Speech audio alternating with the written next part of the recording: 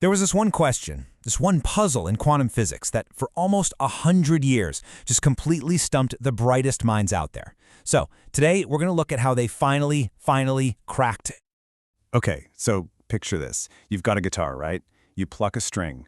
Or maybe you hear a big bell ringing. That sound, it starts out really strong. It's vibrant. It's just packed with energy. But it doesn't last, does it? It always fades. Those vibrations, they start losing their energy to the air around them, and the sound just gets quieter and quieter until it's gone. That whole process, it's called dampen. And it's a super fundamental part of, our everyday world. All right, now let's take that same idea, but let's shrink it way down. I'm talking impossibly small. What happens when a single atom does the same thing? When it vibrates and loses energy? Does it act just like that guitar string?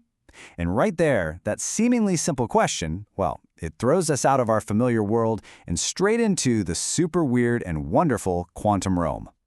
And that is the heart of the whole puzzle.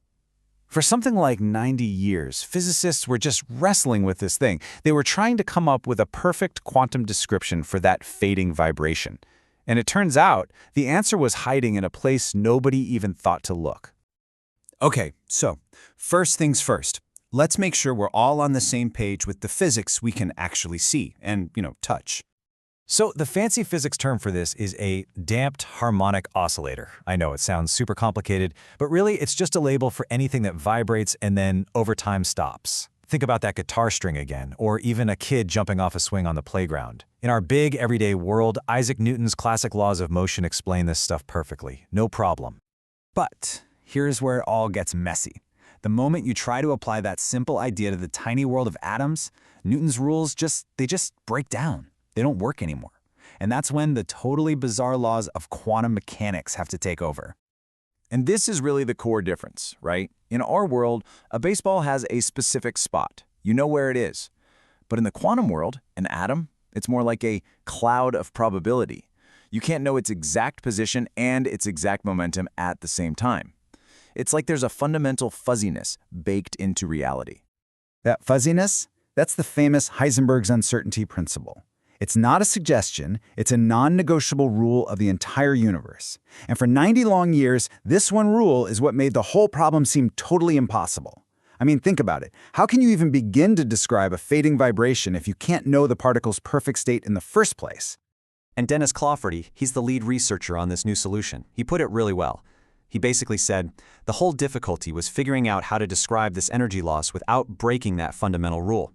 Whatever the answer was, it had to play nice with the uncertainty that's literally woven into the fabric of the universe. So where did the breakthrough finally come from? This is the best part. It came from a place nobody was looking, a physics model that's actually older than the quantum problem itself. Yeah, check out this timeline. It pretty much tells the whole story. Way back in 1900, before quantum mechanics was even really a thing, this physicist, Horace Lamb, comes up with a classical model. Then, for decades, scientists try to make it work for the quantum world, and they just fail, over and over. And then, crickets, for decades, until right now. So instead of trying to build something totally new, Clawforty and a student, Nam Ding, did something brilliant. They went all the way back to Lamb's original model from 1900. They took all our modern math tools and used them to, translate it into the language of quantum physics. And wouldn't you know it, that's where they found the solution. Now this is way more than just a win for the theorists. This solution has a totally mind-bending consequence. It basically gives us a recipe, a how-to guide for measuring things with a precision we literally didn't think was possible. Which, of course, leads to a pretty obvious question, right? If Heisenberg's uncertainty principle sets this hard limit on what we can know, how on earth do you get around it? Well, the answer is this really brilliant quantum trick. It involves creating a very special mathematical state called a squeezed vacuum. And what that does is it lets you actually manipulate that fundamental quantum fuzziness we were talking about. Okay, so think of it like this. Normally, that uncertainty is kind of spread out evenly. When you look at an atom, there's a little bit of fuzziness in its position and a little bit of fuzziness in its momentum. That's what's called the standard quantum limit. And here's the trick. With this squeezed state, you don't get rid of the uncertainty. You can't, but you can move it around. You squeeze the fuzziness out of the position, making your position measurement incredibly precise. But you have to pay a price. All that fuzziness gets pushed over into the momentum, which becomes super uncertain. But hey, For some kinds of measurements, that's a trade-off you're happy to make all day long. So why does any of this matter in the real world? Well, it's because this abstract mathematical solution opens the door to building actual physical tools that have a kind of precision that's just unimaginable. The big takeaway is this. The new theory isn't just a theory, it's a blueprint. It tells us exactly how to design an experiment to measure an atom's position with an accuracy that actually beats those standard quantum limits. And that could lead to a whole new generation of tech. We're talking about sensors so sensitive they can detect the absolute tiniest changes, new ways to measure distances at the quantum level. You're basically talking about creating the world's tiniest and by far most precise tape measure. Now, if this all sounds a little too much like science fiction, just think about this. The math behind squeezing uncertainty. It's not just a cool idea. A very similar technique was absolutely essential for building the LIGO detectors. The ones that first spotted gravitational waves. A discovery so big it won the Nobel Prize back in 2017.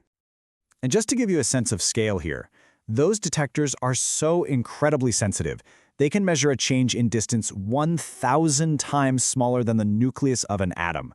I mean, just try to wrap your head around that. That's the kind of power you get when you can manipulate quantum uncertainty. And all of this leaves us with a really fascinating final thought. The solution to a 90-year-old quantum puzzle was found by dusting off a model from the year 1900. It really makes you wonder, doesn't it? What other world-changing breakthroughs are just sitting there, waiting for us, hidden in the pages of old science books?